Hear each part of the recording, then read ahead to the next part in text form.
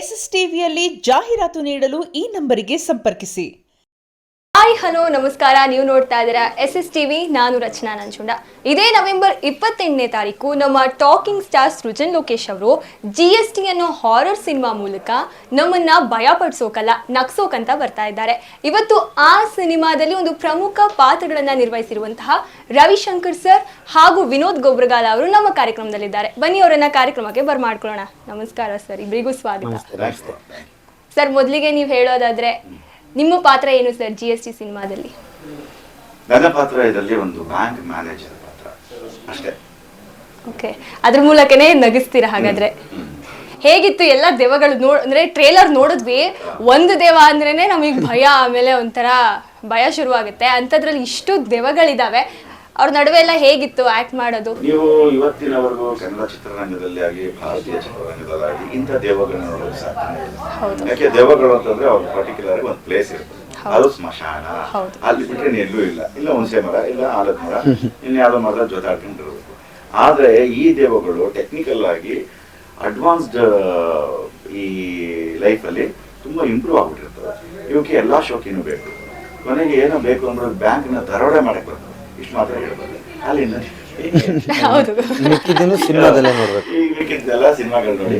But ಈ ದೆವ್ವಗಳು ಸಂಪೂರ್ಣವಾಗಿ ನಮ್ಮ ಕನ್ನಡ ಚಿತ್ರರಂಗದ ಪ್ರೇಕ್ಷಕರಿಗೆ ಒಂದು ಅದ್ಭುತವಾದ ಎಂಟರ್ಟೈನ್ಮೆಂಟ್ ಕೊಡೋದ್ರಲ್ಲಿ ಯಾವ ಸಂದೇಹವೂ ಇಲ್ಲ ಅಂತ ಹೇಳಿ. ಸರ್, ಇನ್ನು ನೀವ್ ಹೇಳೋದಾದ್ರೆ ಟ್ರೇಲರ್ ಅಲ್ಲಿ ನೋಡಿದ್ವಿ, ದೆವ್ವ ಕಾಣಿಸ್ಕೊಳ್ತಾ ಇದ್ದೀರಾ. ಈ ದೆವ್ವದ ಪಾತ್ರ ನಿಮಗೆ ಸಿಕ್ಕಿದ್ ಹೇಗೆ ಅಂತ? ದೆವ್ವದ ಪಾತ್ರ ಸಿಕ್ಕಿದ್ದು ಹೇಗೆ ಅಂದ್ರೆ, ಈಗ ಮಾಮೂಲಿ ಸ್ಕ್ರೀನ್ ಪ್ಲೇ ಮಾಡಿದ್ರೆ ನಮ್ಮ ಸೃಜನಣ್ಣ ಈ ದೆವ್ವಕ್ಕೆ ಈ ದೆವ್ವನೇ ಸರಿ ಅಂತ ನಾನು ಚಾಯ್ಸ್ ಮಾಡಿದ್ರು. ದೆವ್ವನ ಈ ದೆವ್ವಕ್ಕೆ ಈ ದೆವ್ವ ಅಂತ ಚಾಯ್ಸ್ ಮಾಡಿದ್ಮೇಲೆ ನಾನು ದೆವ್ವನಾಗೆ ಆ್ಯಕ್ಟ್ ಮಾಡ್ಬೇಕಾಯ್ತು. ನಾನು ಮನುಷ್ಯನಾಗ ಮಾಡ್ತೀನಿ ಅಂದ್ರು ಇಲ್ಲಪ್ಪ ಕ್ಯಾರೆಕ್ಟರ್ ನಿನ್ನ ದೆವ್ವನೇ ಅಂತ ಹೇಳ್ತಾರೆ. ಎಲ್ಲ ಸೃಜನಣ್ಣನೇ. ನೀವ್ ಹೇಳಿದ ತಕ್ಷಣ ಒಪ್ಕೊಬಿಟ್ರ? ದೆವ್ವದ ಕ್ಯಾರೆಕ್ಟರ್ ಅಂದ್ರೆ ಯೂಶಲಿ ಯೋಚನೆ ಮಾಡ್ತಾರೆ ಏನಪ್ಪಾ ಅಂತ. ಯಾಕೆ ಯೋಚನೆ ಮಾಡ್ತಾರೆ? ಕ್ಯಾರೆಕ್ಟರ್ ಅಂದಾಗ ಯಾವ್ದನ್ನೂ ಯೋಚನೆ ಮಾಡಲ್ಲ. ದೆವ್ವದ್ನು ಮಾಡ್ಬೇಕು, ಒಂದೊಂದ್ಸರಿ ಶ್ರೀಮಂತನ್ ಮಾಡೋದ್ರು ಅದನ್ನು ಮಾಡ್ಬೇಕು. ಕ್ಯಾರೆಕ್ಟರ್ ಆರ್ಟಿಸ್ಟು ಎಲ್ಲನೂ ಒಪ್ಕೋತಾರೆ. ಸರ್, ಈ ಒಂದು ಕತೆ ಹೇಳಿದಾಗ ಸೃಜನ್ ಸರ್ ನಿಮ್ ಥಾಟ್ ಬಂದಿದ್ದೇನು ಅಂತ? ನಾನು ಸಿನಿಮಾದಲ್ಲೇ ಇರ್ಲಿಲ್ಲ. ಫಸ್ಟ್ ಕಾಸ್ಟ್ ಮಾಡಿದಾಗ ಶೂಟಿಂಗು ಶುರು ಆಗೋಗಿತ್ತು. ಓಕೆ, ಎಲ್ಲ ಶೂಟಿಂಗ್ ಮಾಡ್ತಿದ್ರು. ನಾನು ಒಂದ್ಸರಿ ಸಿನಿಮಾ ಮಾಡ್ತಿದ್ದೇನೆ ಅಂತ ಆಲ್ದವಷ್ಟು ಹೇಳ್ಬಿಟ್ಟು ಸುಮ್ಮನೆ ಪೂಜೆ ಕರೆದು ಆಮೇಲೆ ನನ್ನನ್ನು ಕಾಸ್ಟ್ ಮಾಡಿದ್ದು. ಸೊ ಅಂದ್ರೆ ಒಬ್ಬೊಬ್ಬ ಡೈರೆಕ್ಟರ್ಗೆ ಒಂದು ಕಥೆ ಅಂತ ಮಾಡುವಾಗ ಅಥವಾ ಒಂದು ಪಾತ್ರ ಅಂತ ಕ್ರಿಯೇಟ್ ಮಾಡಿದಾಗ ಈ ಪಾತ್ರಕ್ಕೆ ಇಂತಿಂಥವ್ರು ಬೇಕು ಅಂತ ಆಗ್ಲೇನೆ ಅಂದ್ರೆ ಅವ್ರ ಟೀಮ್ ಏನು ಕೂತ್ಕೊಳುತ್ತೋ ಅಲ್ಲಿ ಕೂತ್ಕೊಂಡು ಅವರೇ ಅವಾಗ್ಲೇನೆ ಅದನ್ನ ಫೈನಲ್ ಮಾಡ್ಬಿಟ್ಟಿರ್ತಾರೆ. ಮಧ್ಯದಲ್ಲಿ ನನಗೊಂದು ಪಾತ್ರ ಕೊಡು ನಾನು ಅಂತೆಲ್ಲ ಹೋಗೋದು ತುಂಬಾ ಡಿಸ್ಟರ್ಬ್ ಮಾಡ್ದಂಗೆ ಇರೋದು. ಅದು ಎಷ್ಟು ಸಲಿಗೆ ಇರ್ಬೋದು, ಕ್ಲೋಸ್ ಇರ್ಬೋದು, ಆತ್ಮೀಯರ್ ಆಗಿರ್ಬೋದು, ಅದ್ರಲ್ಲಿ ತಪ್ಪಾಗುತ್ತೆ. ಯಾಕೆಂದ್ರೆ ಅವ್ರು ಬರೀವಾಗಲೇ ಒಂದೊಂದು ಪಾತ್ರನು ಇವ್ರಿಗೆ ಹಂಗೆ ನೋಡ್ಕೋದು. ಈ ಸಿನಿಮಾಗೆ ಫಸ್ಟ್ ಅಡ್ವಾನ್ಸ್ ತಗೊಂಡವನೇ ಹೌದಾ? ಯಾಕಂದ್ರೆ ನೀವು ಆಕ್ಚುಲಿ ನಿಮ್ಮನ್ನ ಫಸ್ಟ್ ಕಾಸ್ಟ್ ಮಾಡಿದ್ರು ಅಂತ ನಾನು ಅನ್ಕೊಂಡೆ. ಇಲ್ಲ, ಈ ಸಿನಿಮಾಗೆ ಫಸ್ಟ್ ಕಾಸ್ಟ್ ಮಾಡಿ ಫಸ್ಟ್ ಅಡ್ವಾನ್ಸ್ ತಗೊಂಡಿದ್ದು ನಮ್ಮ ಗೋಬ್ರ. ಹೇಗೆ ಅವರೇ ಹೇಳ್ಬೇಕಾಗಾದ್ರೆ ಕೇಳಿ. ಹೇಳಿ sir. ಗಿಚ್ಚಿಗಿಲಿಗಿಲಿ first runner up time, ಆ ಟೈಮಲ್ಲಿ ಸೃಜನಣ್ಣನೇ ಅನೌನ್ಸ್ ಮಾಡಿದ್ದು ನನ್ನ ಸಿನಿಮಾಗೆ ಫಸ್ಟ್ ನಿನಗೆ ಕ್ಯಾರೆಕ್ಟರ್ ಕೊಡ್ತಾ ಇದ್ದೀನಿ ಮತ್ತೆ ಅಡ್ವಾನ್ಸ್ ಕೊಡ್ತಾನೆ ಅಂತ. ಯಾಕೆಂದ್ರೆ ನಮ್ಮ ಗಿಚ್ಚಿಗಿಲಿ ಹುಡುಗರನ್ನ ಎಲ್ಲ ಆ್ಯಕ್ಚುಲಿ ಆಲ್ಮೋಸ್ಟ್ ಒಂದು 10-12 ಜನ ಅವರೇ. ಅದರಲ್ಲೂ ನಮ್ಮ ಹುಡುಗರನ್ನ ನಾವು ಬೆಳೆಸ್ಬೇಕು ಅನ್ನೋದು ನಮ್ಮ ಸೃಜನಣ್ಣಂಗಿರೋಂಥ ಒಂದು ದೊಡ್ಡತನ. ಸೊ ಆವತ್ತು ಕರೆದು ಸ್ಟೇಜ್ ಮೇಲೆ ಅದು ಇನ್ನೊಂದು ಖುಷಿ ವಿಚಾರ ಏನು ಅಂದರೆ, ಅಡ್ವಾನ್ಸ್ ಕೊಟ್ಟರು, ಸಿನಿಮಾ ಅನೌನ್ಸ್ ಮಾಡಿದ್ರು. ಬಟ್ ಅದನ್ನ ನನ್ನ ತಂದೆ ತಾಯಿ ಕೊಟ್ರಲ್ಲ, ನನ್ನ ತಂದೆ ತಾಯಿ ಕರೆದು ನಿಲ್ಲಿಸಿ ನಿಮ್ಮ ಮಗನಿಗೆ ಚಾನ್ಸ್ ಕೊಡ್ತಾ ಇದ್ದೀನಿ ತಗೊಳ್ಳಿ ಅಂತ ಅಡ್ವಾನ್ಸ್ ಕೊಟ್ಟರು. ಅದನ್ನಂತೂ ಮರೆಯೋಕ್ಕಂತೂ ಆಗಲ್ಲ ನನ್ನ ಕೈಲಿ. ಸೊ ಥ್ಯಾಂಕ್ಸ್ ಹೇಳೋಕ್ಕೆ ಇಷ್ಟಪಡ್ತೀನಿ ಸೃಜನಿಗೆ. ಫಸ್ಟ್ ಅಡ್ವಾನ್ಸ್ ಕೊಟ್ಟರು ಅಣ್ಣ, ಆಮೇಲಿಂದ ಸಿನಿಮಾಗೆ ರುಬ್ಬಿದ್ರು, ಚೆನ್ನಾಗಿ ರುಬ್ಬಿದ್ರು ಮಾತ್ರ. ಸರ್, ಈ ಒಂದು ಸಿನಿಮಾ ಮೂಲಕ ಆಕ್ಟರ್ ಸೃಜನ್ ಸರ್ ಮಾತ್ರ ಅಲ್ಲ, ಡೈರೆಕ್ಟರ್ ಆಗಿ ಕೂಡ ಸೃಜನ್ ಸರ್ ಪಾತ್ರ ನಿರ್ವಹಿಸ್ತಾ ಇದ್ದಾರೆ. ಅವ್ರು ಹೇಗೆ ಸರ್ ಡೈರೆಕ್ಟರ್ ಆಗಿ ಹೇಗಿದ್ರು ಸೆಟ್ ಅಲ್ಲಿ ಅಂತ? ನೋಡಿ ಮೇಡಮ್, ಇದು ನಮಗೆ ಆಶ್ಚರ್ಯವೇ ಅಲ್ಲ. ಯಾಕೆ ಅಂತಂದ್ರೆ ಸೃಜನ ಬಂದಿರೋದು ಒಂದು ದೊಡ್ಡ ಪರಂಪರೆ ಇರುವಂತ ಒಂದು ಕುಟುಂಬದಿಂದ ಬಂದಿರುವಂತ. ಯಾಕೆಂದ್ರೆ ಕನ್ನಡ ಚಿತ್ರರಂಗದಲ್ಲಿ ಅದು ಪ್ರಾರಂಭ ಆದಾಗಿಲ್ಲ. ಯಾವುದು ಮೊದಲುಗಳಾಗಿದೆಯೋ ಅದೆಲ್ಲ ಮೊದಲುಗಳು ಈ ಕುಟುಂಬದಿಂದನೇ ಆಗಿದೆ. ಚಿತ್ರರಂಗದ ಮೊಟ್ಟ ಮೊದಲ ನಾಯಕ ನಟ ಇವರ ಮುತ್ತಾತನೇ, ಇವ್ರ ತಾತನೇ. ಅಂಡ್ ಕನ್ನಡ ಚಿತ್ರರಂಗದ ಮೊಟ್ಟ ಮೊದಲ ಸಂಗೀತ ನಿರ್ದೇಶಕರು ಆರ್ ನಾಗೇಂದ್ರ ರಾಯರು, ಆ ಸಿನಿಮಾದ ಡೈರೆಕ್ಟರ್. ಆಮೇಲೆ ಕನ್ನಡ ಚಿತ್ರರಂಗದ ಮೊಟ್ಟ ಮೊದಲ ಹಿನ್ನೆಲೆ ಗಾಯಕಿ ಅವರ ಧರ್ಮಪತ್ನಿಯವರು. ಸೊ ಎಲ್ಲವೂ ಮೊಟ್ಟ ಮೊದಲಗಳು ಏನಾಗಿದೆ, ಆಲ್ಮೋಸ್ಟ್ ಎಲ್ಲವೂ ಕೂಡ ಅವರ ತಾತನ ಸಿನಿಮಾದಿಂದನೇ ಆಗಿತ್ತು. ಸೊ ಹಾಗಾಗಿ ಈ ಸಿನಿಮಾದಲ್ಲಿ ಇವರು ನನಗೆ ಅನ್ಸುತ್ತೆ ಸುಜಾ ಈಗ ತುಂಬ ಲೇಟ್ ಮಾಡ್ಬಿಟ್ಟು ಏನೋ ಡೈರೆಕ್ಷನ್ ಮಾಡೋದು ಅಂತ. ಯಾಕೆಂದರೆ ಅವ್ನು ಮುಂಚೆನೇ ಬರಬೇಕಾಯ್ತು. ತುಂಬ ಕ್ರಿಯೇಟಿವ್ ಫೆಲೋ, ಎಲ್ಲವೂ ಕೂಡ ಆಲೋಚನೆ ಮಾಡಿ ಒಂದು ಡೈರೆಕ್ಷನ್ ಆಗಿರಬೇಕು, ಒಂದು ಸಂಭಾಷಣೆ ಆಗಿರಬೇಕು, ಒಂದು ಸಂಭಾಷಣೆ ಅಥವಾ ಡೈರೆಕ್ಷನ್ ಎಲ್ಲವೂ ಸೇರಿದಾಗ ಯಾರ್ಯಾರು ಪಾತ್ರಧಾರಿಗಳು ಬೇಕು ಅಂತ ತುಂಬ ಆಲೋಚನೆ ಮತ್ತು ಯೋಚನೆ ಎಲ್ಲವೂ ಕೂಡ ಬಹಳ ಸಂಕ್ಷಿಪ್ತವಾಗಿ ಯೋಚನೆ ಮಾಡುವಂಥ ವ್ಯಕ್ತಿ. ಸೊ ಹಂಗಾಗಿ ಈ ಕುಟುಂಬದ ಬಗ್ಗೆ ಅನಾವಶ್ಯಕವಾದ ನಿರೂಪಣೆಯೂ ಬೇಕಾಗಿಲ್ಲ. ಜೊತೆಗೆ ಅನಾವಶ್ಯಕವಾಗಿ ನಮ್ಮ ಸುಜಾನ ಈಗ ಡೈರೆಕ್ಷನ್ ಬಂದಿದ್ದು ಸಖತ ಮಾಡಿದ ಸೂಪರ್ ಮಾಡಿದ್ದಾನೆ ಅಂತ ಹೇಳುವಂಥ ಅವಶ್ಯಕತೆಯೂ ಇಲ್ಲ. ಯಾಕೆಂದರೆ ಎಲ್ಲವೂ ಗೊತ್ತು. ಅವ್ರು ಅಲ್ಲಿ ರಂಗಭೂಮಿಯಿಂದ ಬಂದಂಥವ್ರು, ಅವತ್ತು ಆಮೇಲೆ ಮೊಟ್ಟ ಮೊದಲ ಸಿನಿಮಾ ಕೊಟ್ಟಂಥವ್ರು ಕನ್ನಡ ಚಿತ್ರರಂಗಕ್ಕೆ. ಸೊ ಹಾಗಾಗಿ ರಕ್ತಗತವಾಗಿ ಬಂದಿರುವಂಥ ಎಲ್ಲವೂ ಕೂಡ ನಮ್ಮ ಸುಜಾನಲ್ಲಿ ಇದೆ. ಸೊ ಇವತ್ತು ಒಂದು ಮೊದಲನೇ ಸಿನಿಮಾ ಮಾಡಿರೋರು, ಅದು ಬೇರೆಯವ್ರಿಗೆ ಅದು ಮೊದಲನೇ ಸಿನಿಮಾ ಅಂತ ಅನ್ಸ್ಬೋದು. ನನಗೆ ನಾ ಹೇಳಿದ್ನಲ್ಲ ಅವಾಗ ಲೇಟ್ ಆಯಿತು ಇವನ್ ಕ್ರಿಯೇಟಿವಿಟಿಗೆ ಅಂತ. ಬಟ್ ಈ ಒಂದು ಕುಟುಂಬದ ಹೆಸರನ್ನು ಉಳಿಸೋದಕ್ಕೆ ಒಬ್ಬ ನಿರ್ದೇಶಕನಾಗಿ ಬಂದಿದ್ದು, ಒಳ್ಳೆ ಸಬ್ಜೆಕ್ಟನ್ನು ಆಯ್ಕೆ ಮಾಡ್ಕೊಂಡಿದ್ದಾನೆ, ಒಳ್ಳೆ ಪಾತ್ರಧಾರಿಗಳನ್ನ, ಒಳ್ಳೆ ಸ್ಕ್ರೀನ್ ಪ್ಲೇ, ಒಳ್ಳೆ ಮ್ಯೂಸಿಕ್ಕು ಎಲ್ಲವೂ ತುಂಬ ಚೆನ್ನಾಗಿದೆ. ಆ್ಯಂಡ್ ನೀವು ಈ ಫ್ಯಾಮಿಲಿ ಬಂದಾಗ ನೋಡ್ಬೋದು, ಈ ಫ್ಯಾಮಿಲಿಯಲ್ಲಿ ಒಂದು ಕಮ್ಮಿ ಅಂದ್ರೆ 10 ಜನ ಆ್ಯಕ್ಟರ್ಗಳಿದ್ದಾರೆ.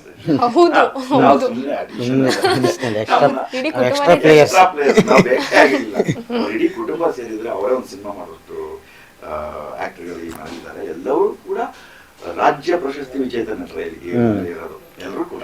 ಬರೀ ನೀರ್ ತಂದು ಕೂಡ ಸುಸ್ತಾದಾಗ ಅವ್ರು ಸುಸ್ತು ಆಗಲ್ಲ ಆಕ್ಟ್ ಮಾಡಕ್ ನಿಂತ್ರೆ.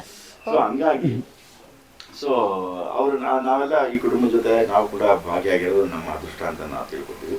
ಸೊ ಜನ ಒಂದು ಆಮೇಲೆ ಅವನಿಗೆ ಕಾಮಿಡಿ ಸೆನ್ಸ್ ಎಷ್ಟು ಚೆನ್ನಾಗಿದೆ ಅನ್ನೋದು ಜನರಿಗೆಲ್ಲ ಗೊತ್ತಿರುವಂಥ ವಿಷಯ, ಮಾತು ಎಷ್ಟು ಚೆನ್ನಾಗಿದೆ ಅಂತ ಗೊತ್ತಿರುವಂಥ ವಿಷಯ.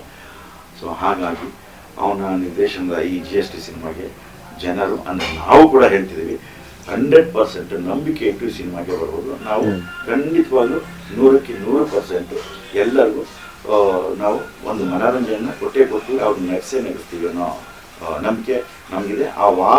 ಇದು ಪ್ರಾಮಿಸನ್ನು ಕೂಡ ನಾವು ಜನರಿಗೆ ಮಾಡ್ತೀವಿ. ಓಕೆ ಸರ್, ಸೃಜನ್ ಲೋಕೇಶ್ ಸರ್ನ ನಾವೊಬ್ಬರು ಮಜಾ ಟಾಕೀಸಿಂದ ನಿರೂಪಕರಾಗಿ ನೋಡಿದ್ದೀವಿ. ಆಮೇಲೆ ನೀವು ಕೂಡ ಗಿಲಿ ಗಿಲಿಯಲ್ಲೆಲ್ಲ ಜಡ್ಜ್ ಆಗಿ ನೋಡಿದ್ದೀರಾ. ಡೈರೆಕ್ಟರ್ ಆಗಿ ಸರ್ ಹೇಗಿದ್ರು? ಯಾಕಂದ್ರೆ ಸರ್ ಇದಾರೆ ನಗು ಜಾಸ್ತಿ ಬರುತ್ತೆ, ಅವ್ರು ನಗಿಸ್ತಾ ಇರ್ತಾರೆ ಅಂತ. ಸ್ಟ್ರಿಕ್ಟ್ ಆಗಿದ್ರ ಹೇಗೆ ಹ್ಯಾಂಡಲ್ ಮಾಡಿದ್ರು? ಅವರು ಡೈರೆಕ್ಟರ್ ಆಗಿ ಸ್ಟ್ರಿಕ್ಟ್ ಅಂದ್ರೆ ಫ್ರೇಮ್ ಟು ಫ್ರೇಮು ಅಲ್ಲಿ ಅವರ ಡೈರೆಕ್ಷನ್ ಟೀಮ್ ಜೊತೆ ಸ್ಟ್ರಿಕ್ಟ್ ಆಗಿರ್ತಾರೆ, ಯಾಕಂದರೆ ಕೆಲಸಗಳಾಗಬೇಕು ಅಂತ. ಬಟ್ ಆ್ಯಕ್ಟ್ರುಗಳ ಜೊತೆ ಫ್ರೆಂಡ್ ಥರನೇ ಇರ್ತಾರೆ. ಯಾಕೆಂದರೆ ಫ್ರೆಂಡ್ಲಿ ಆಗಿದ್ದಷ್ಟು ಅವ್ನ ಮುಖದಲ್ಲಿ ಭಯ ಇರಲ್ಲ, ಏನಿರಲ್ಲ. ನಿಮ್ಗೆ ಯಾವ ಥರ ಬೇಕು ಎಕ್ಸ್ಪ್ರೆಷನ್ ಏನು ಎಲ್ಲನೂ ತೊಗೋಬೋದು. ಡೈರೆಕ್ಟ್ರು ಸ್ಟ್ರಿಕ್ಟ್ ಮಾಡಿ ಏಯ್ ಹಂಗೆ ಮಾಡು ಅಂದಾಗ ಎಲ್ಲಿ ಬೈತಾರೆ ನಾವು ಬೈಕೆ ಮೊನೆಟಿವ್ ನಾಟಕ ಒಂಥರ ಮೊನೆಟಿವ್ ಆದಂಗೆ ಆಗ್ಬಿಡ್ತು. ಮಾಡಿ ಮುಗಿಸಿದ್ರು ಸಾಕಪ್ಪ ನಮ್ಗೆ. ಇಲ್ಲ ಅದು ಇದರಲ್ಲ 6 ಟೇಕ್ ಆಗಲಿ 7 ಟೇಕ್ ಆಗಲಿ, ಬಟ್ ಅವ್ರಿಗೆ ಹೆಂಗೆ ಬೇಕು ಹಂಗೆ ತೊಗೋತಿದ್ರು. ಬಟ್ ಫ್ರೆಂಡ್ಲಿಯಾಗಿ ಇದ್ರು, ಚೆನ್ನಾಗಿ ಮಾತಾಡ್ಸ್ಕೊಂಡು. ಯಾಕೆ ನಾವೆಲ್ಲ ಸೆಟ್ಟಲ್ಲಿ ಹೀಗಾಗಿ ಮಜಾ ಟಾಕೀಸು ಅಲ್ಲೆಲ್ಲ ಇದ್ರು.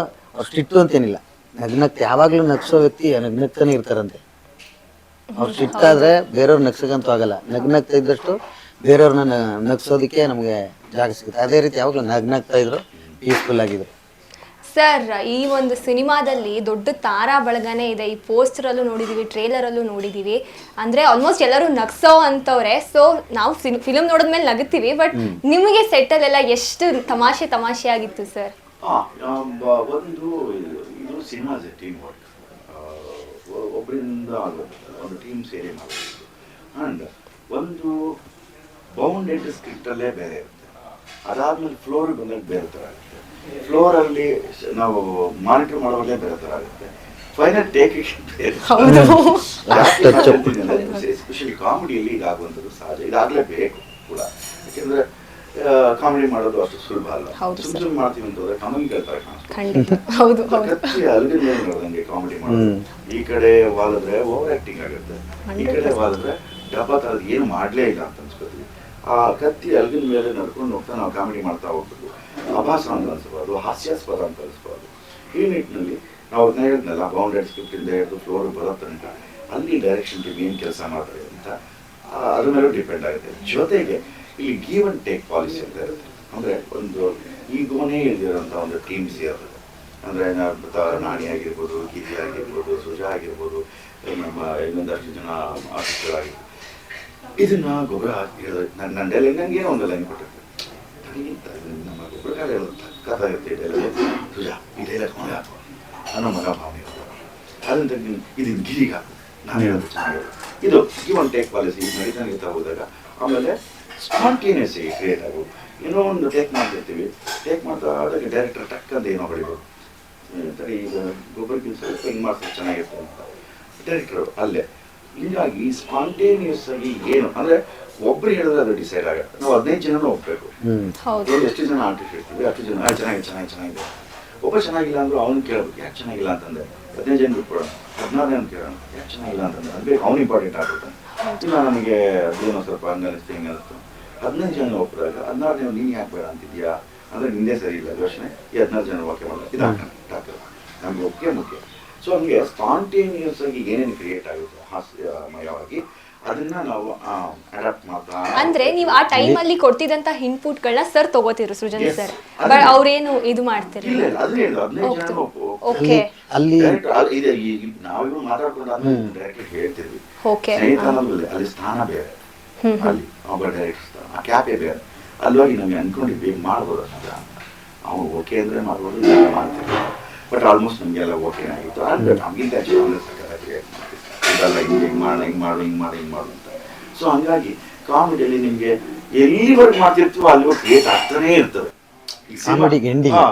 ಟೇಕ್ ಓಕೆ ಆಗಿಲ್ವ, ಓಕೆ ಆಗೋಗಿರುತ್ತೆ, ಅಯ್ಯೋ ಹಿಂಗ್ ಮಾಡಿದ್ರೆ ಚೆನ್ನಾಗಿರ್ತಿತ್ತಲ್ಲ, ಇದು ಮಾಡ್ಬೋದಂದ್ರೆ ಡೈರೆಕ್ಟರ್ ಬೇಡ ಓಕೆ ನಡೆಯಮ್ಮ ಅದು ಓಕೆ ಆಗ್ತದೆ, ಇನ್ನು ಟೈಮ್ ಇರಲ್ಲ.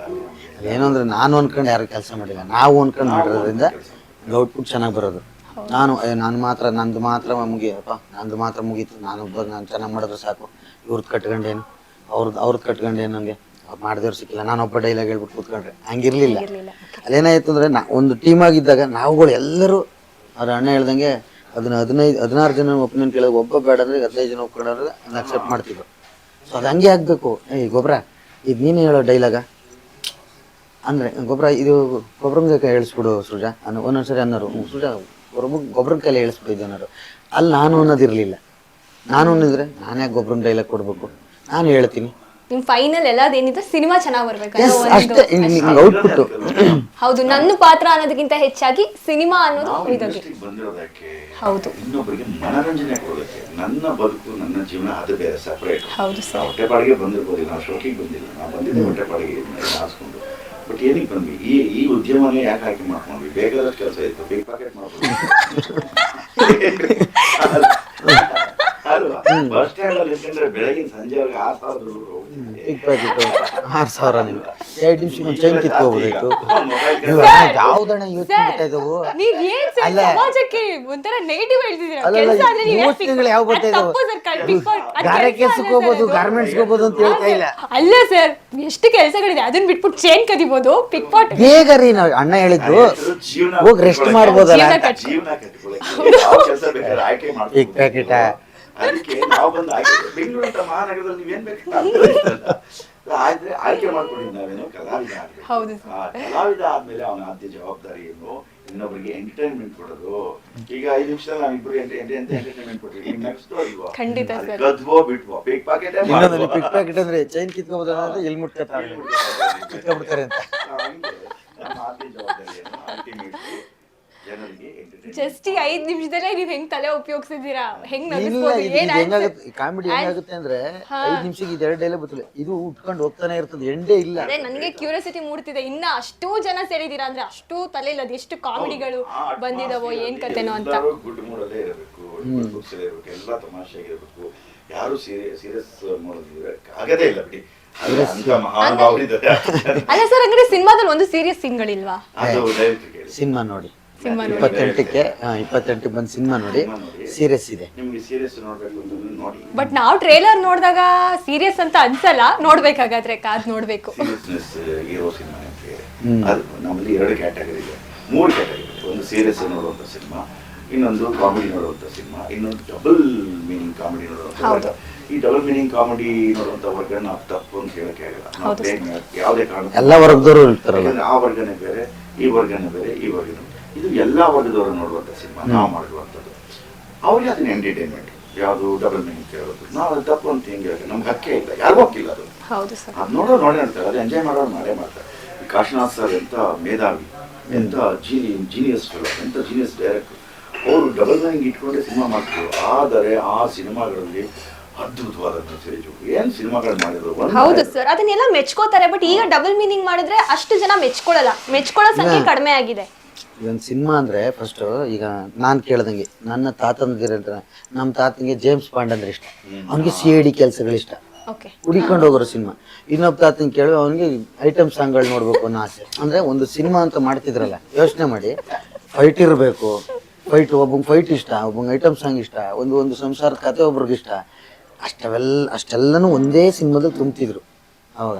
ಯಾಕಂದ್ರೆ ಆಡಿಯನ್ಸ್ಗಳು ಅದಕ್ಕೂ ಇರ್ತಾರೆ, ಇದಕ್ಕೂ ಇರ್ತಾರೆ, ಎಲ್ಲ ವರ್ಗ ಥರನೂ ಮಾಡಬೇಕು. ಈಗ ನಿಮ್ಮ ಪ್ರಕಾರ ಅಣ್ಣವರು ಡಾಕ್ಟರ್ ರಾಜ್ಕುಮಾರ್ ಅವರು ನಿಮ್ಮ ಪ್ರಕಾರ ಯಾವ ಥರದ ನಟ ನೀವು ಅನ್ಕೊಂಡಿರೋ? ಸರ್ ಅವರು ಎಲ್ಲಾನು ಸರ್ ಅವ್ರಿಗೆ ಭಯ ಅಣ್ಣ ಮಾತಾಡಕ್ಕೆ, ಅಲ್ಲ ನೀವು ಅವ್ರಿಗೆ ಭಯ ಆಯ್ತಾ ಇದೆ ನಾನೇನೋ ಹೇಳಿ. ನಿಮ್ಗೆ ಯಾವ ಥರ ಅಂದ್ರೆ ನನಗೆ ಇವರ ಈ ಸಿನಿಮಾಗಳು ನನಗೆ ತುಂಬಾ ಇಷ್ಟ.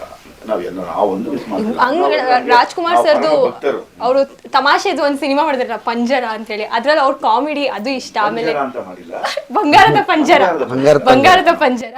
ಈಗ ಏನಾರು ವಿಶ್ಲೇಷಣೆ ಕೊಡ್ಲಿಲ್ಲ ಅಂತಿದ್ರೆ ನಾವು ಎದುರುಗಡೆ ಕೂತಿರ್ತೀವಿ.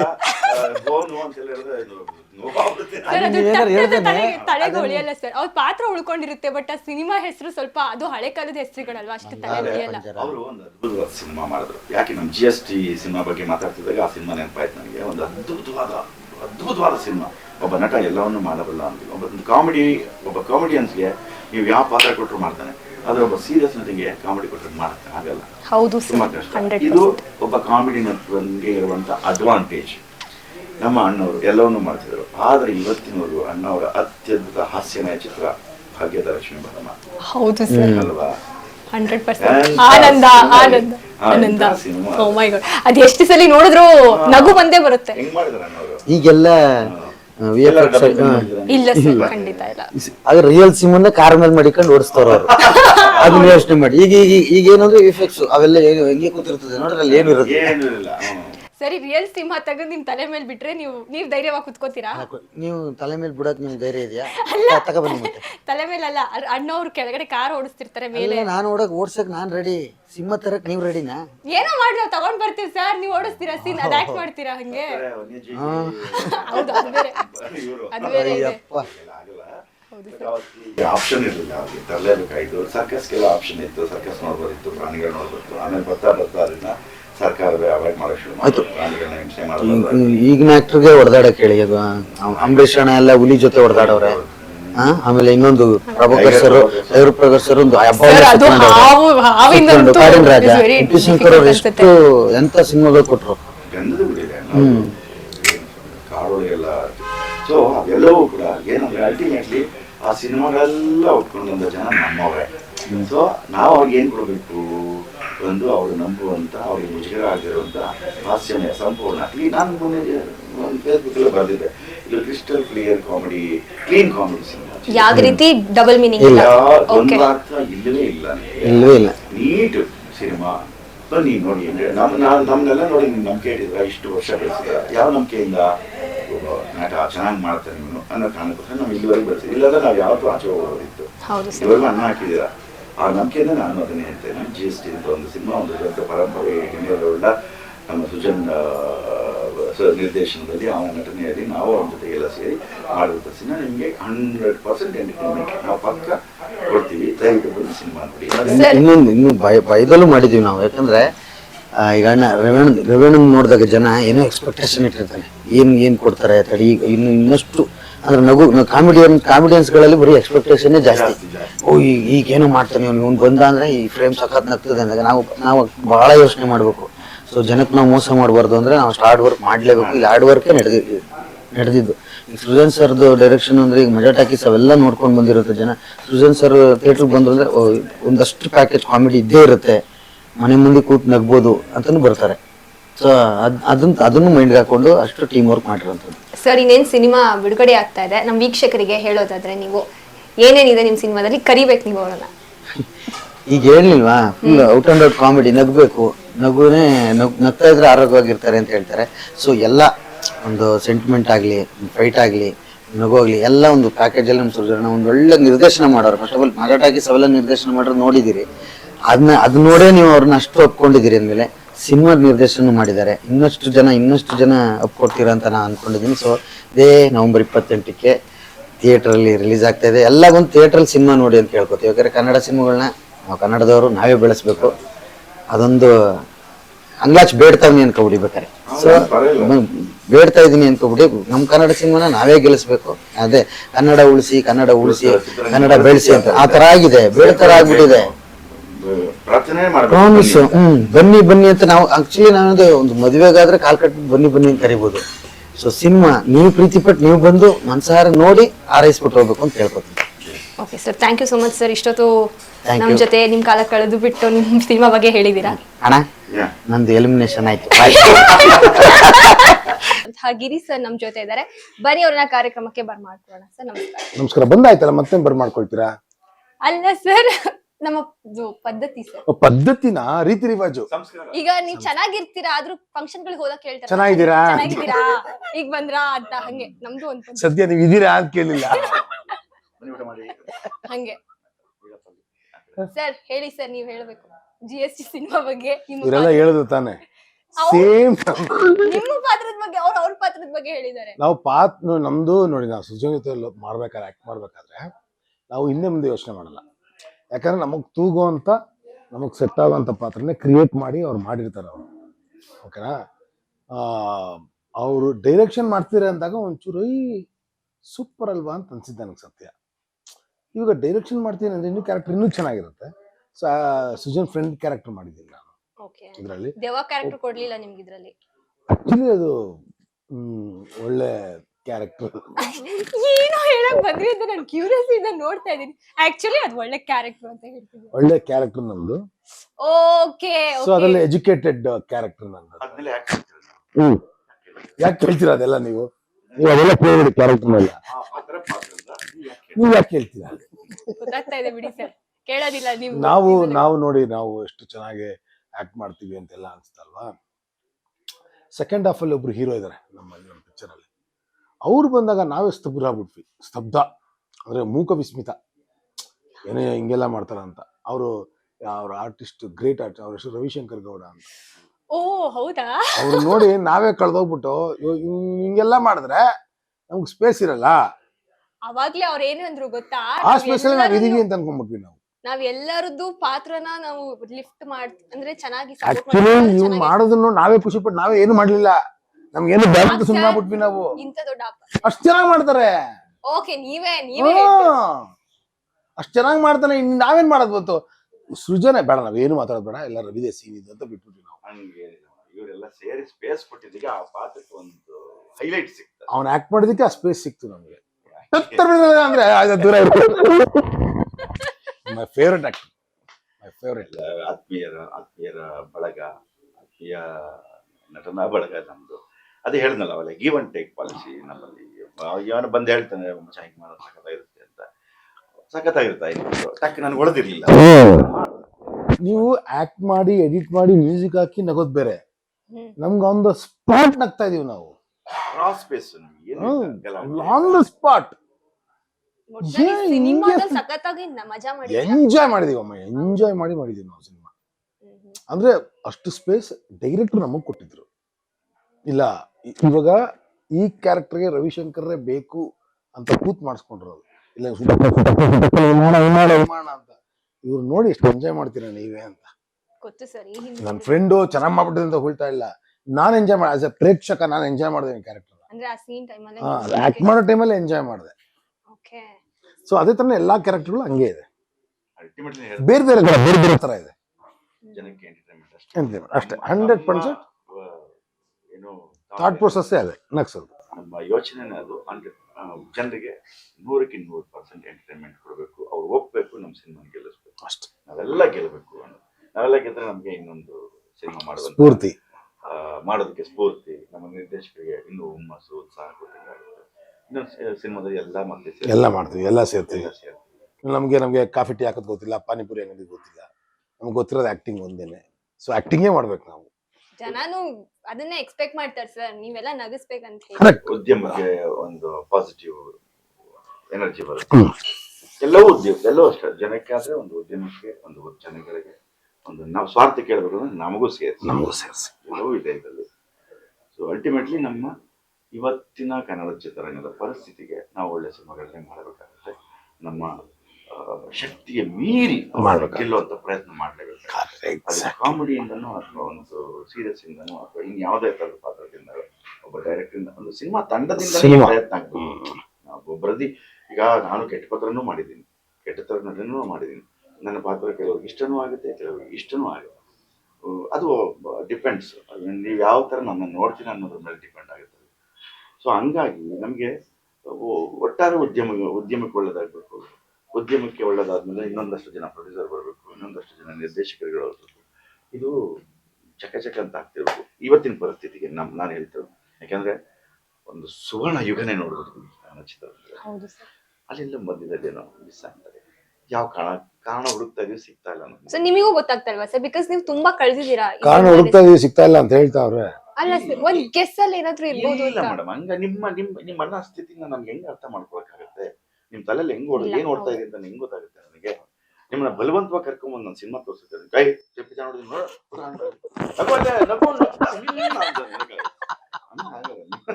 ಬರ್ಬೇಕು. ರವಿ ಗಿರಿ ಏನೋ ಮಾಡಿದ್ರೆ ಬಡ್ರಪ್ಪ ನೋಡೋಣ, ಬಂದು ನಮ್ಗೆ ಆಶೀರ್ವಾದ ಮಾಡಿದ್ರೆ ಇನ್ನೂ ಮಾಡ್ತೀವಿ. ನಾವು ನಮ್ಗೆ ಎಲ್ಲೋ ಮರುಭೂಮಿಯಲ್ಲಿ ಮರೀಚಿಕೆ ಆಗ್ಬಾರ್ದು. ಉದ್ಯಮಕ್ಕೆ ಹೇಳ್ತೇವೆ, ನಮ್ಗೆ ನಮ್ಮ ಸಿನಿಮಾ ನಾವುಗಳಂತ ಇಡೀ ಉದ್ಯಮಕ್ಕೆ ನಾವೆಲ್ಲ ಸಿನಿಮಾ ಮಾಡ್ತೀವಿ, ಎಲ್ಲಾ ನಿರ್ದೇಶಕರ ಜೊತೆನೂ ಕೆಲಸ ಮಾಡ್ತೀವಿ, ಎಲ್ಲಾ ನಿರ್ಮಾಪಕರ ಜೊತೆನೂ ಕೆಲಸ ಮಾಡ್ತೀವಿ. ನಾವು ಉದ್ಯಮಕ್ಕೆ ಹೇಳಿದ್ರು, ಉದ್ಯಮ ಉಳಿಸಿ. ಸಾವಿರಾರು ಜನ ಇದ್ದಾರೆ ಕೆಲಸಗಾರರಲ್ಲಿ, ಅವ್ರ ಕುಟುಂಬ ಇದೆ. ಬನ್ನಿ ಉದ್ಯಮ, ನೀವು ದಯವಿಟ್ಟು ಮೊಬೈಲಲ್ಲೆಲ್ಲ ನೋಡ್ಕೊಂಡು, ಅದರಿಂದಾನೇ ಸರ್ ಅರ್ಧ ಮೊಬೈಲ್ ಅಲ್ಲೇ ನೋಡ್ಕೊಂಡು ಕಾಲ ಕಳಿಬೇಡಿ, ಕಮೋಡ್ ಮೇಲೆ ಕೂತ್ಕೊಂಡು. ಇನ್ನೆಲ್ಲಿ ನೋಡ್ತಾರೆ? ಅವ್ರಿಗೆ ಅದೇ ಥಿಯೇಟರ್ ಆಗ್ಬಿಟ್ಟಿದೆ ಈಗ. ಹೌದು ಸರ್, ಒಬ್ಬೊಬ್ಬರು ಸಿನಿಮಾ ನೋಡ್ತಾರೆ, ಒಬ್ಬರು ಸ್ಕ್ರೀನ್ ಅಲ್ಲೇ ಶಿಲ್ಪಿ ಹೊಡ್ಕೊಂಡು ಅಲ್ಲೇ. ಆದ್ರೂ ಸರ್ ಸಿನಿಮಾನ ಥಿಯೇಟರ್ ಅಲ್ಲಿ ಬಂದ್ ನೋಡೋದೇ ಮಜಾ ಸರ್. ಏನ್ ಕೊಟ್ರು ಸಿಗಲ್ಲ ಸರ್. ಅಂದ್ರೆ ಫೋನ್ ಅಲ್ಲಿ ನೋಡ್ಬೋದು, ಟಿವಿಲಿ ನೋಡಿದ್ರು ಅದು ಸಿಗಲ್ಲ. ಎಷ್ಟೋ ಥಿಯೇಟರ್ಗಳನ್ನ ಇವತ್ತು ಬೀಳಿಸ್ಬಿಟ್ಟಿದ್ದಾರೆ. ಆ ಥಿಯೇಟರ್ ಅದೇ ಜಾಗದಲ್ಲಿ ಮತ್ತೆ ಕಟ್ಟುವಂತ ಶಕ್ತಿ ಚೈತನ್ಯ ಜನಗಳು ತುಂಬಬೇಕು ಅಂತ ನಾನು ಕೇಳ್ಕೊತೀನಿ. ಬನ್ನಿ ಮತ್ತೆ ಇದನ್ನು ಸುವರ್ಣ ಯುಗ ಮಾಡಿ. ಯಾಕಂದ್ರೆ ಕನ್ನಡ ಚಿತ್ರರಂಗ ಭಾರತೀಯ ಚಿತ್ರರಂಗದ ದೊಡ್ಡ ಮೇರು ಮಟ್ಟದಲ್ಲಿ ನಿಂತಿದ್ದಂಥದ್ದು ಇವತ್ತಂಗಾಗ್ಬಿಟ್ರೆ ನಮ್ಗೆ ಎಷ್ಟು ಹೊಟ್ಟೆ ಇರಬಾರ್ದು. ಕಳ್ಕೊಂಡ್ವಿ, ಒಬ್ಬ ದೊಡ್ಡ ಹೀರೋ ಕಳ್ಕೊಂಡ್ಬಿಟ್ವಿ. ಅದು ಕೂಡ ನಮ್ಗೆ ಮೈನಸ್ ಆಗೋಯ್ತು. ಹೌದು ಸರ್. ಅಂಡ್ ಅಣ್ಣವ್ರನ್ನ, ವಿಷ್ಣು ಸರ್ನ ಇನ್ನೂ ನಮ್ಮ ಜನಗಳ ಮರ್ತಿಲ್ಲ. ಅಂದ್ರೆ ಎಲ್ಲೋ ಒಂದ್ ಕಡೆ ಅವ್ರನ್ನೇ ಮತ್ತೆ ಹುಡ್ಕಕ್ ಟ್ರೈ ಮಾಡ್ತಿದಾರ. ನಮಗ್ ಆ ತರಾನೇ ಸಿನಿಮಾ ಸರ್, ಅದ್ ಹೇಗ್ ಸಾಧ್ಯ ಆಗುತ್ತೆ? ಅವರೇ ಅಲ್ವಾ, ಬಟ್ ಜನ ಅದೊಂದು ಮೈಂಡ್ ಸೆಟ್ ಅಂತ ಬರ್ಬೇಕು ಅಂತ. ಅಂದ್ರೆ ಅಲ್ಲಿಗೆ ನಾವು ಏನು ಕೊಡ್ತಾ ಇಲ್ಲ ಅಂತ. ಸರಿಯಾದ ಕ್ವಾಲಿಟಿ ಸಿನಿಮಾಗಳು, ಸರಿಯಾದ ಒಂದು ಕ್ವಾಲಿಟಿ ಸಬ್ಜೆಕ್ಟ್, ಜನನ್ನ ಅದನ್ನ ಮೀರಿಸಿ ನೋಡಿ. ಈ ನಿಮ್ಮನ್ನ ಗೆಲ್ಲಿಲ್ಲ ಅಂತಂದ್ರೆ ಯಾವ ಪಾತ್ರ ಮಾಡಿ ಏನ್ ಪ್ರಯೋಜನ? ನಿಮ್ಮನ್ನೇ ಗೆಲ್ಲದೆ ಇದನ್ನು ನಾನು ಸಿನಿಮಾ ಗೆಲ್ಲಿಲ್ಲ ಅಂತಂದ್ರೆ ಏನ್ ಪ್ರಯೋಜನ? ಫಸ್ಟ್ ನಿಮ್ಮನ್ನ ಗೆಲ್ಬೇಕು. ನೀವು ಬಂದು ಸಿನಿಮಾ ಚೆನ್ನಾಗಿದೆ, ನೀವು ಸಖತ ಮಾಡಿದ್ರ ಗಿರಿ ರವಿ ಅಂತ, ಅಲ್ಲಿ ನಾವು ಗೆದ್ದಂಗೆ. ನಾವು ಸಖತ್ತಾಗಿ ಮಾಡಿದೀವಿ, ನಾವ್ ಹೇಳ್ಕೊಂಡು ನಾವೇ ಹೇಳ್ಕೊಂಡ್ರೆ ಅದು ಏನಕ್ಕೆ ಪ್ರಯತ್ನ? ಅದು ಹಂಗಲ್ಲ. ನೀವು ಸಖತ್ತಾಗಿದೆ ಅಂತ ಗೆಲ್ಸಿದ್ರೆ ಅವಾಗ ನಾವು ಗೆದ್ದಂಗೆ. ಮಾಡ್ತಿರ್ತೀವಿ ಎಷ್ಟೋ ಪಾತ್ರಗಳು, ಆ ಪಾತ್ರಗಳೆಲ್ಲ ನಮ್ಗೆ ನೆನಪಿರಲ್ಲ. ಅದು ಯಾವ ಪಿಕ್ಚರ್ ಮಾಡಿದೀವೋ, ಅದು ಯಾವ ಪಾತ್ರ ಮಾಡಿದೀವೋ ಅಂತ ಯಾರು ಹೇಳ್ದಾಗ ಅನ್ಸುತ್ತೋ ಅದ ಬಡಿ. ಈ ದುಃಖ ದುಮ್ಮಾನೆಲ್ಲ ಇದೆ. ಒಂದು ಈ ಪರಿಸ್ಥಿತಿ ಸರಿ ಹೋಗ್ಬೇಕು, ಅದು ಜನರ ಕೈಲಿ ಮಾತ್ರ ಇರೋದು ಉದ್ಯಮವನ್ನು ಉಳಿಸುವಂಥದ್ದು. ಅನ್ನೋರು ಹೇಳ್ದಂಗೆ ಒಂದು ನಮ್ಗೆ ಚೈತನ್ಯದ ಸಾಲು ಅಂತಂದ್ರೆ ಅದೇ ಭಾಗ್ಯದ ಲಕ್ಷ್ಮೀ ಬಾರಮ್ಮ ಚಿತ್ರದಲ್ಲಿ ಇರುವಂತ ಒಂದು ಸಾಲು ನಾನು ಯಾವಾಗ್ಲೂ ಹೇಳ್ತಿರ್ತೀನಿ. ಯುದ್ಧವೇ ಬರಲಿ, ಕ್ಷಾಮವೇ ಬರಲಿ, ಸಿನಿಮಾ ಡ್ರಾಮಾ ನಿಲ್ಲಲ್ಲ ಅಂತ. ಅಲ್ವೇ? ಆಗ್ಬೇಕು. ಸಿನಿಮಾ ನಿಲ್ಲಲ್ಲ, ಬರ್ತಾ ಇರುತ್ತೆ, ಬಟ್ ಸುಮ್ಮನೆ ಬಂದು ಹೋಗ್ಬಿಡ್ತವೆ ಅನ್ನೋದು ಪ್ರತಿಯೊಬ್ರು ನಿಲ್ಬೇಕು. ಪ್ರತಿಯೊಂದು ಸಿನಿಮಾನು ಯಶಸ್ವಿ ಆಗ್ಬೇಕು, ಜಯಗಳಿಸ್ಬೇಕು, ನಿರ್ಮಾಪಕ ಸಂತುಷ್ಟನಾಗಬೇಕು, ನಿರ್ದೇಶಕನಿಗೆ ಇನ್ನೊಂದು ಸಂತೃಪ್ತಿಯಾಗಿ ಚೈತನ್ಯ ಬರಬೇಕು, ಕಲಾವಿದರಿಗೆ ಉತ್ಸಾಹ ತುಂಬಬೇಕು. ಖರೀದಿ ಮಾಡಿ ನಿಮ್ದೆಲ್ಲ ಸಿನಿಮಾ ನೋಡ್ತೀವಿ ಅಂತ ಆವಾಗ ಬೆಳಗ್ಗೆ ಸಾಧ್ಯ. ನಮ್ಮಲ್ಲಿ ಈ ಚೇತರಿಕೆ ಆಗಬೇಕು. ಆಶೀರ್ವಾದ ಮಾಡಿ ಅಂತ ಮಾಡ್ತಾರೆ ಸರ್. ಡೆಫಿನೆಟ್ಲಿ ಟ್ರೇಲರ್ ನೋಡಿದಾಗ ಸಿಕ್ಕಾಪಟ್ಟೆ ನಗ್ಸಿದೀರಾ. ಒಬ್ಬ ವೀಕ್ಷಕ ಕಾಮಿಡಿ ಸಿನಿಮಾ ಮಾಡ್ತೀವಿ, ಇಲ್ಲಿ ದುಃಖದಿಂದ ಕೇಳ್ಕೊತಾ ಇದೀವಿ. ಹೌದು ಸರ್, ನೀವು ಅದೇ ಕಾಮಿಡಿ ಅನ್ಕೋಬಹುದು. ಸುಮ್ಮನೆ ಇಲ್ಲ ಈಗ ನಾವು ನಮ್ ದುಃಖ ನಾವು ತೋರಿಸ್ಕೊಂಡ್ರು ಕೂಡ ಕೆಲಸದ ಡೌ ಮಾಡ್ತಾರೆ ಅನ್ಬಿಡ್ತಾರೆ, ಅದು ಭಯ ನಮ್ಗೆ. ಸಿಚುವೇಶನ್ ಆಗಿದೆ, ನೀವ್ ಅದನ್ನೇ ಹೇಳ್ತಿದ್ದೀರಾ ಸರ್. ಏನ್ ಏನಿಲ್ಲ, ಅಪನಂಬಿಕೆ ಬರ್ಬಾರ್ದು. ಅಪನಂಬಿಕೆ ಬರಬಾರ್ದು. ಎಷ್ಟೋ ಸಿನಿಮಾಗಳಿಗೆ ನಾವು ವಿಭಿನ್ನವಾಗಿದ್ವಿ, ಬನ್ನಿ ವಿಭಿನ್ನವಾಗಿ ಚಿತ್ರ ಮಾಡ್ತೀವಿ, ಬನ್ನಿ ಬನ್ನಿ ಬನ್ನಿ ಬನ್ನಿ ಏನಿಲ್ಲ ಅಂತ ಅದ್ರ ನಂಬಿಕೆ ಕಳ್ಕೊಂಡ್ಬಿಟ್ಟಿದೀವಿ. ಏನು ಸಿನಿಮಾದಲ್ಲಿ ಏನ್ ಮಾಡಿಲ್ಲ ಅದನ್ನ ಹೇಳಬೇಕು ವಿಷಯ. ನಿಮ್ಗೆ ಇನ್ವಿಟೇಷನ್ ಅಲ್ಲಿ ನಾವು ಈಗ ಇದು ಗಂಡು ಇದು ಹೆಣ್ಣು ಇದು ಇಂಥವ್ರ ಮಗ ಇಂಥ ಚೌಟ್ರಿಲಿ ಅಂತ ಏನೋ ಹಾಕಿದ್ದಾರೆ, ಬಿಳಿ ಹಳೆ ಕೊಟ್ಬಿಟ್ಟು ಎಲ್ಲಿ ಬರ್ತೀರಿ ನೀವು? ಎಲ್ಲಿ ಬರ್ತೀರಿ ನೀವು? ಅಲ್ವೇ? ಹೌದು, ಹೋಗ್ತೀರಾ ಎಲ್ಲಾದ್ರೂ? ಲೊಕೇಶನ್ ಕೊಡ್ಬೇಕು, ಡೆಸ್ಟಿನೇಷನ್ ಹೇಳ್ಬೇಕು, ಎಲ್ಲ ಕೊಟ್ರೇನೆ ಹೋಗೋದು ಕಷ್ಟ.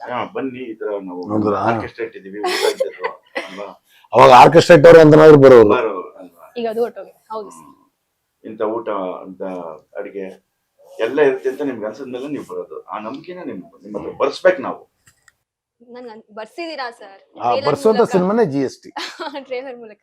ಸರ್, ಇದೊಂದು ದೆವ್ವದ ಸಿನಿಮಾ ಆಗಿರೋದ್ರಿಂದ, ಅಂದ್ರೆ ದೆವ್ವಗಳನ್ನ ಒಳಗೊಂಡಿರೋ ಸಿನಿಮಾ. ಕರೆಕ್ಟ್. ನಿಜ ಜೀವನದಲ್ಲಿ ದೆವ್ವ ಇದೆ ಅನ್ನೋದನ್ನ ನಂಬ್ತೀರಾ? ದೆವ್ವ ಇದೆಯಾ? ನೀವ್ ನಂಬ್ತೀರಾ? ಅದೇ ಸಿನಿಮಾ ನೋಡಿ ಒಂಚೂರು ನಂಬಿಕೆ ಬಂದಿದೆ ನನಗೆ, ದೆವ್ವ ಇರ್ಬೋದೇನೋ ಅಂತ. ನಿಮ್ ರಿಯಲ್ ಲೈಫ್ ಅಲ್ಲಿ ನಿಮಗೆ ಯಾವನಿಗೆ ಗೊತ್ತು, ನಾವೇ ಸರ್. ಅಲ್ಲ ಸರ್, ನಿಜವಾಗ್ಲೂ ದೆವ್ವ ಇದೆ ಅಂತ ಹೇಳ್ತಾರೆ. ಹೌದು, ಅವಾಗ ಮಕ್ಕಳಿಗೆ ಊಟ ಮಾಡಿಸೋದಕ್ಕೆ ದೆವ್ವ ಇದೆ ಬೇಕು ತಿನ್ನೋದು, ಅದನ್ನ ಎಂಟರ್ಟೈನ್ಮೆಂಟ್. ಯಾರಿಗೆ? ಮಗುಗೆ.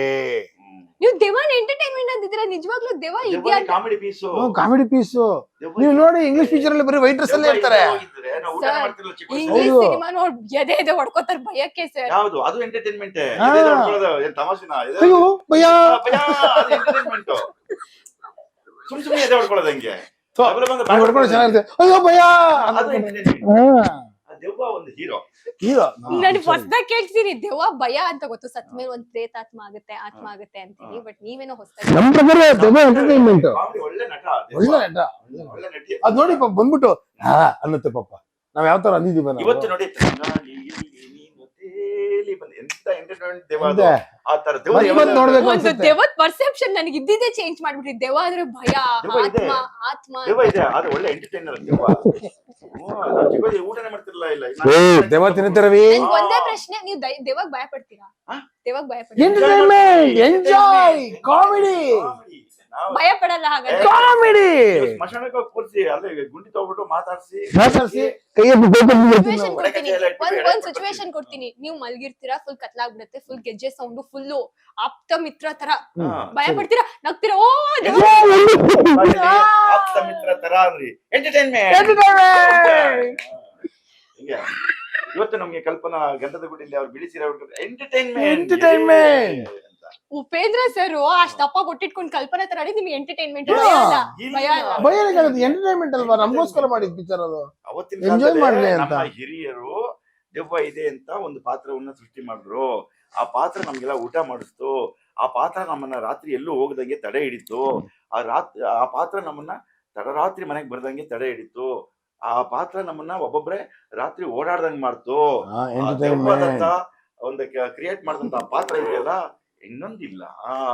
ಸೊ ಅದೇ ತರನೇ ಒಂದು GST ಇರೋದು. ಸೊ 28ಕ್ಕೆ ರಾಜ್ಯಾದ್ಯಂತ ಬಿಡುಗಡೆ ಆಗ್ತಾ ಇದೆ. ನಮ್ಮೆಲ್ಲರ ಸಿನಿಮಾ GST ಬಂದು ನೋಡಿ, ಹರಸಿ, ಹಾರೈಸಿ, ಆಶೀರ್ವದಿಸಿ. ದೆವ್ವಗಳಲ್ಲಿ ಎಲ್ಲಾ ಪಾರ್ಟ್ಸ್ ನೋಡ್ತೀರಾ ನೀವು. ಮೂಳೆ ಅದು ಇದು ಅದೆಂತ ನೀವೆಲ್ಲ ನೋಡಕ್ ಸಾಧ್ಯನಾ? ಲ್ಯಾಬ್ರೇಟರಿಗೆ ಹೋಗ್ಬೇಕು. ಅದು ಸಿನಿಮಾದಲ್ಲಿ ಎಲ್ಲ ಸಿನಿಮಾದಲ್ಲಿ ಅದೊಂದು ಅದ್ಭುತವಾದ ಪಾತ್ರ. ದೆವ್ವ ಅಂದ್ರೆ ಎಂಟರ್ಟೈನ್ಮೆಂಟ್. ನೆಕ್ಸ್ಟ್ ನೀವೇನಾದ್ರೂ ನನಗೆ ದೇವದ ಫೀಲಿಂಗ್ ಆದ್ರೂ ಆಹಾ ಅಂತ ನಗ್ತೀನಿ. ಹೋಗಿ ಎಲ್ಲಿ ಸಿಕ್ಕಿದ್ರು, ಹೇಗಿದ್ದೀರಿ?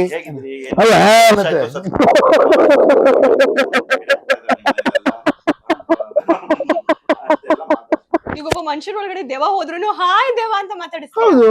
ಇನ್ನೇನ್ ಅಯ್ಯೋ ಭಯ ಭಯ ಇಲ್ಲ.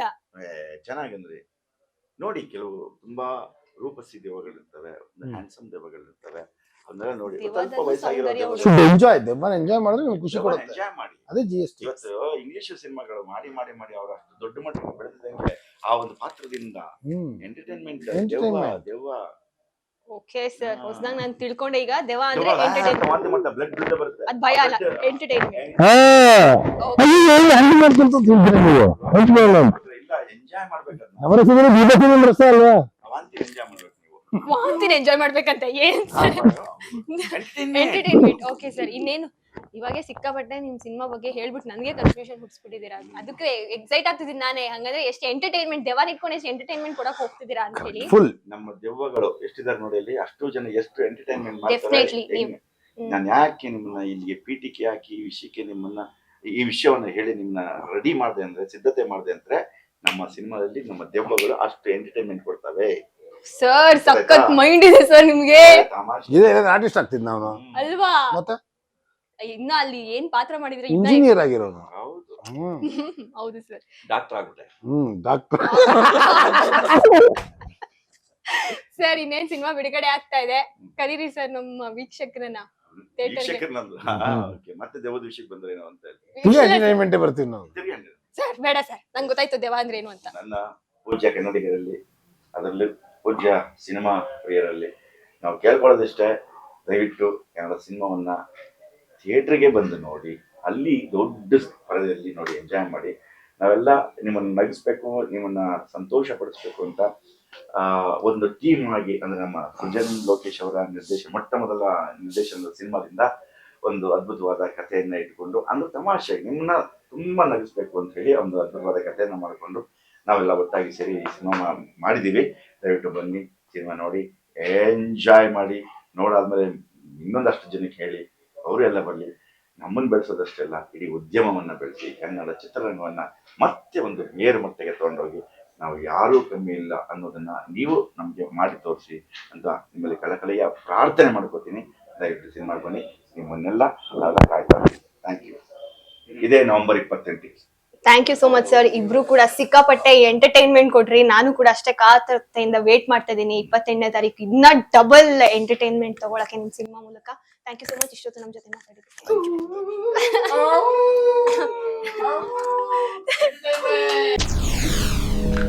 SSTV ಸಿನಿಮಾ ಜಗತ್ತಿನ ಕ್ಷಣ ಕ್ಷಣದ ಸುದ್ದಿಯೊಂದಿಗೆ.